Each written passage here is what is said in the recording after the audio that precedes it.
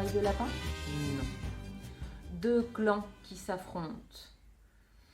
Depuis la nuit des temps, dans ce climat hostile, va naître une histoire d'amour impossible. Ça vous dit quelque chose? Roméo et Juliette, peut-être? L'archétype de l'histoire d'amour impossible au dénouement tragique qui tord le bide et arrache des sanglots à tout le monde? Oui, c'est bien cette histoire que nous raconte Michel Galvin dans son dernier album qui s'appelle Amour, publié aux éditions d'Urwerk. Mais il prend quelques libertés quand même avec l'histoire, vous allez voir. Alors, elle se déroule dans une décharge publique où vivent les Comanches et les Sans-Manches qui se détestent mutuellement. Dans cet univers hostile, Léon le bidon est amoureux de Gertrude la brosse à cheveux. C'est pas très facile. Léon le bidon compte gagner le cœur de sa belle en s'inspirant des plus beaux poèmes que Roger le vieux pneu compose pour Olga la vieille raquette de tennis. Et oui, Léon le bidon prend modèle chez les anciens, on le sait, on les délaisse, mais ils savent un bon paquet de choses. Et puis, Léon se lance et pour gagner le cœur de Gertrude la brosse à cheveux, il se travestit.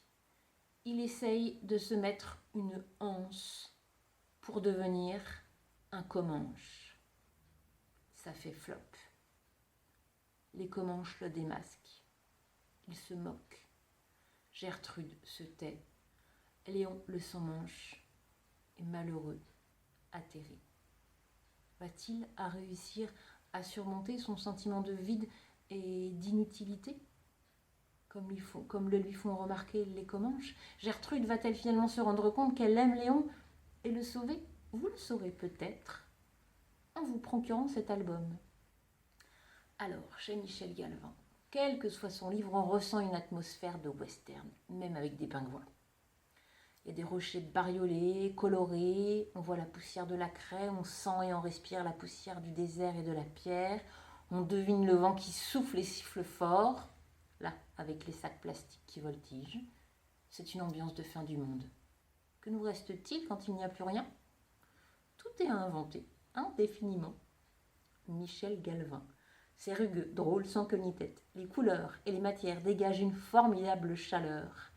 Et comme dans les univers enfantins, on est près du sol, on est au sens premier et on s'envole vers l'essentiel en ayant l'impression de tout saisir des secrets de l'univers, mais sans rien comprendre. C'est philosophique, quoi. Alors, ce livre n'est pas forcément fait pour les bébés, mais ça marche super bien avec les très petits enfants qui ont l'imagination débordante et sont prêts à envisager le monde sous plein de formes différentes et qui rigolent de tout. Ça, c'est très important. Après, quand on commence à réfléchir, ça peut devenir un peu compliqué. On se met des barrières et tout. Bon, voilà. Avec Michel Galvin, il faut être prêt à aimer le nonsense et les belles images. Amour de Michel Galvin, publié aux éditions d'Urwerk. Salut, salut!